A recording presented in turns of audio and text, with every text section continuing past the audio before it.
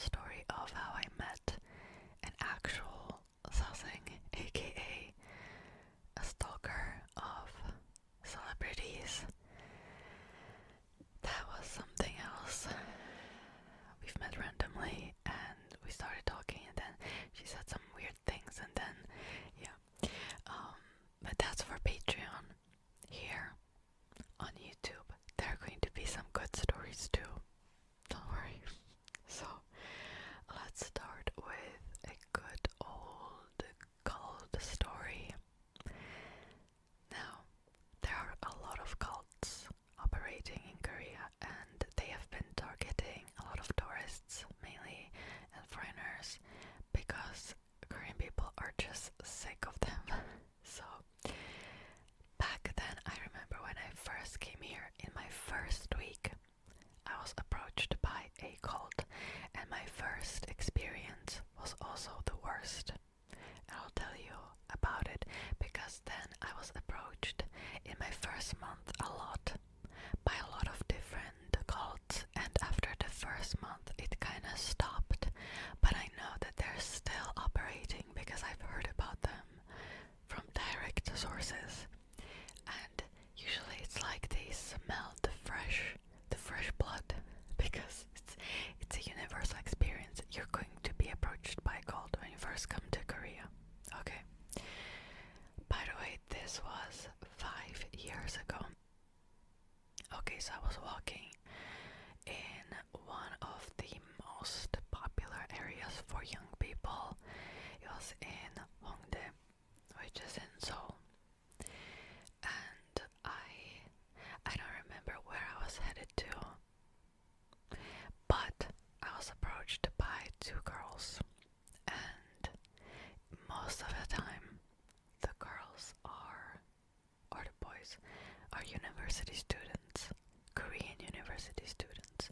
These girls were not. They were international students, and they've approached me one of the side streets, definitely not on the main street. And the way that one of the girls started the conversation was like, "Oh, you seem so confident. How long have you been living here?" And I told her a week, and she was like, "Wow, I love how you look. I love your fashion." And she was just complimenting me more, and I was like, "Oh, that's kind." I didn't think that it was a cult. I didn't see anything ulterior at first. But then she's like, "Oh, so how long have you been here?" I said a week, and she said, "Oh, you need to come to this Korean tea drinking ceremony, and you can wear the traditional clothes, hanbok." And I was like, "Oh, but I've done that already." And it's true, because we've done that like very early on. I think even before the school started, the buddy program that I was in already arranged something like that for us, like very early. So she was like, "Oh, well, you should come anyway." Now, this is a code for a cult, because once you say yes, if you go with them, I've heard horror stories that they will lock you up, they will demand money, or they will demand like your address so they can stalk you. It's just, you do not want to go to these meetings, okay? It's not like, "Oh, I'll just go and I'll see what's up." No, like they will steal your money, okay? So I said I'm not really interested, and she just kept going and going, and she kept asking me questions about my university, and then she shared some of her experiences. So here I am thinking, maybe she actually wants to be friends. No. So after a while, again, she kept asking me once in a while if I would want to go to this tea ceremony, and I'm like, no. And side note, this girl, she was so small. I'm like 163. She must have been like 153, just like tiny. I was looking at her like this, right? Maybe even shorter. And as the time went on, I think we talked for almost like 30 minutes.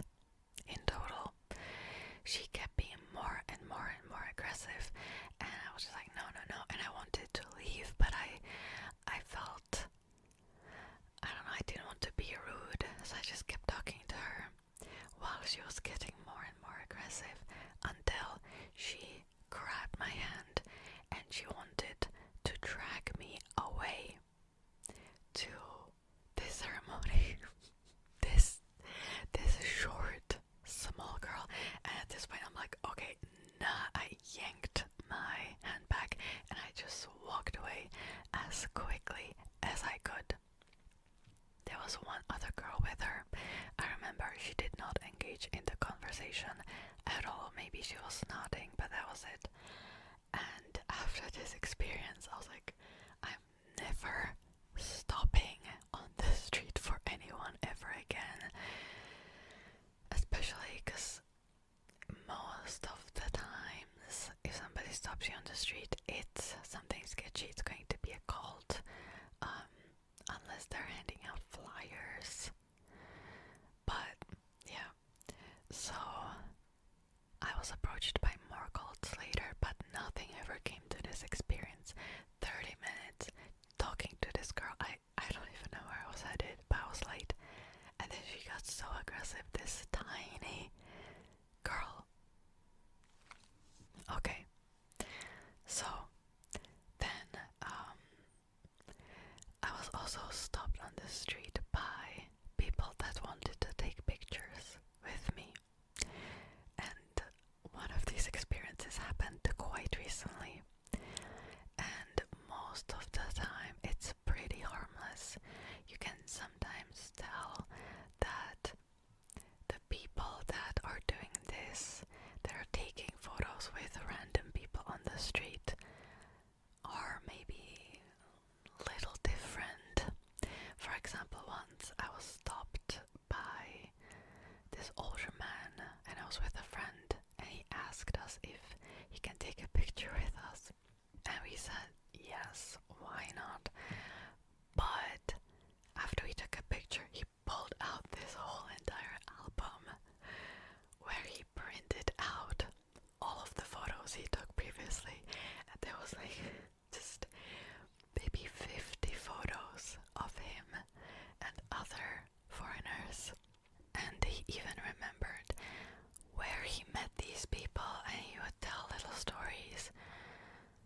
Okay, I think he ended up giving us his business card, but it was just a link to his YouTube channel where he was singing something.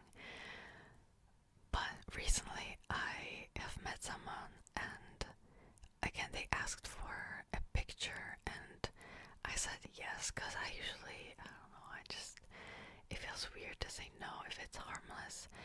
And no, at first he asked me to take a photo of him, and then I said sure, and then he wanted to take a photo with me, and he kept talking to me, but it was so strange because he wouldn't really react to what I was saying. It was like he just had a script prepared. I don't know. But then he started hugging me out of the blue, and this is again where I draw the line, just without asking why. Like, no, let's not do that. I think that's very rude, in fact. So once he started doing it, I was like, okay, no. And I just ended up like saying bye and leaving, because no. Okay, also this happened to me a lot when I first went to the Gyeongbokgung Palace with my friends. And the first time we went, we had these beautiful hanboks that the school rented for us. They were one of the most expensive ones in the store for rent. And it was just, first of all, they were so beautiful, but also we were drawing a lot of attention with them. And so people kept asking us for pictures. Sometimes people just asked me for a picture with them. Usually I always assumed that they wanted me to take a picture of them, but they were like, no, like with you. And I'm like, okay. So that was an interesting experience, because the first time we went, we were stopped by everyone. I don't know what happened. It's like we took 3 steps and another person approached us, and we spent so much time in the palace, but not even looking into the palace. We just spent the time taking pictures with random people. But I know for a fact that it was because of the beautiful hanboks, because the second time I went also with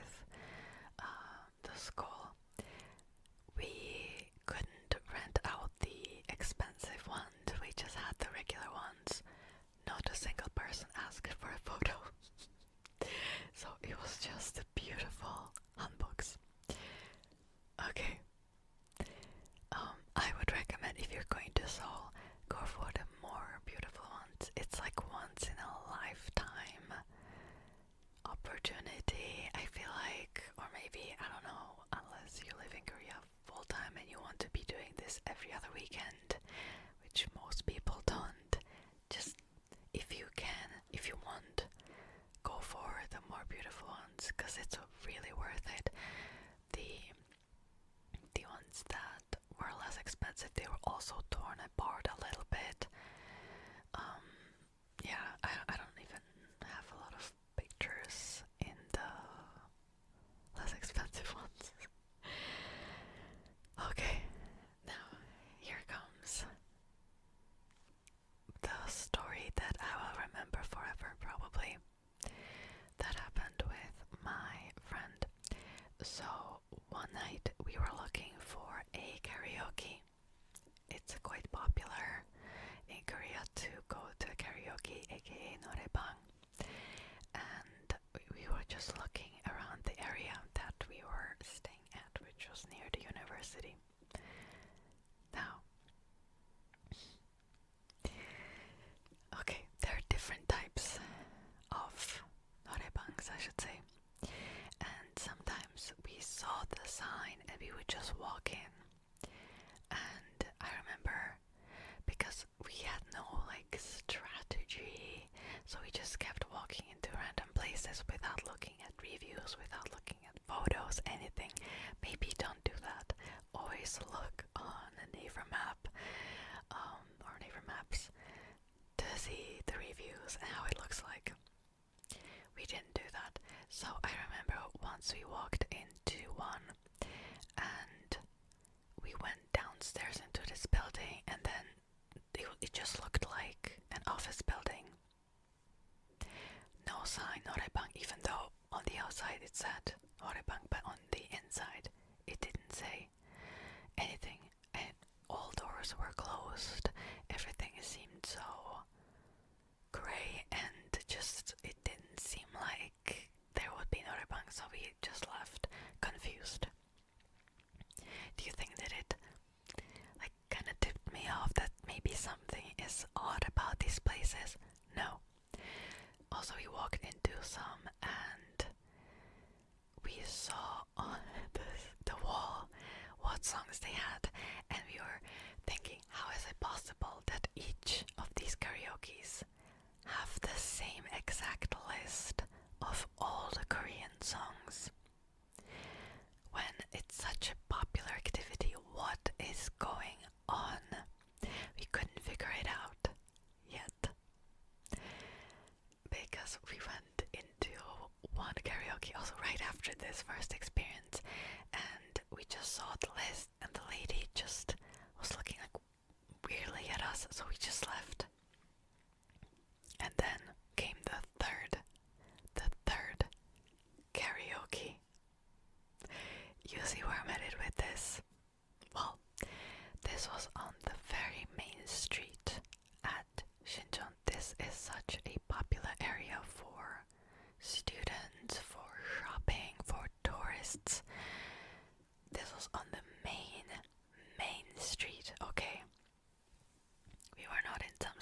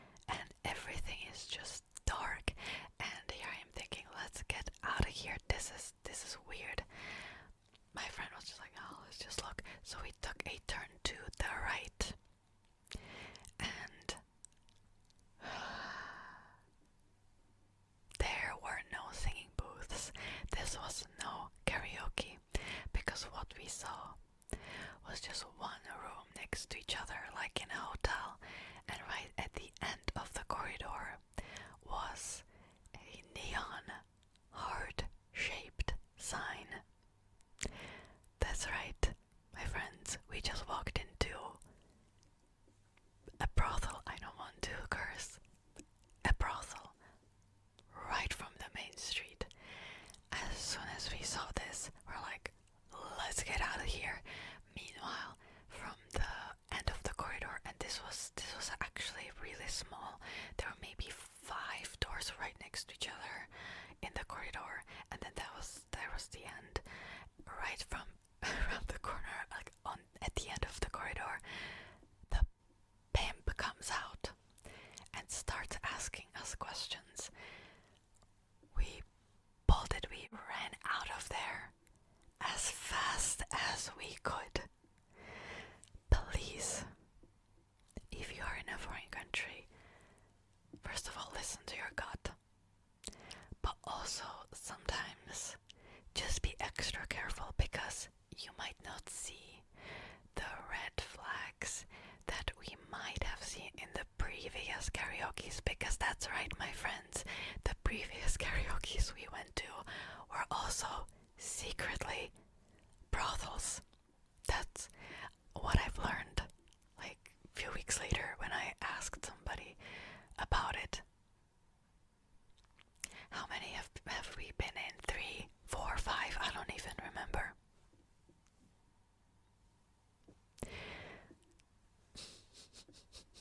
Just, yeah, I know. And I remember after that, even when my friend wanted to go somewhere, I was like, no, absolutely not, because this is how you will get into danger. Now, luckily, nothing happened, but no. So, actually, the safest options for karaoke are coin moribangs, I've noticed, where you just put in the coins, but also the ones that don't have receptionists. You can just order which room you want on the machine, and then you go and sing at the karaoke. It's not a rule though. Some karaokes have a receptionist and they're normal and not sketchy. But some are like technical karaokes, but then if you ask the receptionist for a different service, yeah, I did not know this. Well, now I do, but this is just a warning. Read the reviews and maybe look up pictures beforehand before you like walk into some establishments. Okay, keep in mind these karaokes were on the main street. Like that is not going to protect you. Okay. Right. Next story. So I was asked out on a date by a guy that I did not really know that very well, but I was like, why not? Okay. So he was from Incheon, which is the city nearby. It's like 1 hour away, 1 hour 30 minutes. It depends like where exactly you're going. And he was saying, well, I don't really know Seoul that well, so you should come to Incheon, which is 1 hour and a half on the subway roughly. And at this point I'm like, sure, why not? So I think you're supposed to meet on Saturday, and it was like either Sunday or Monday, I don't remember. But he was saying like, oh, you should come in the morning so you can stay the whole day. This was a first date, by the way, and I'm like, I don't really want to do that. And he said, well, you'll be coming from Seoul, so you should stay longer. This dude planned an 8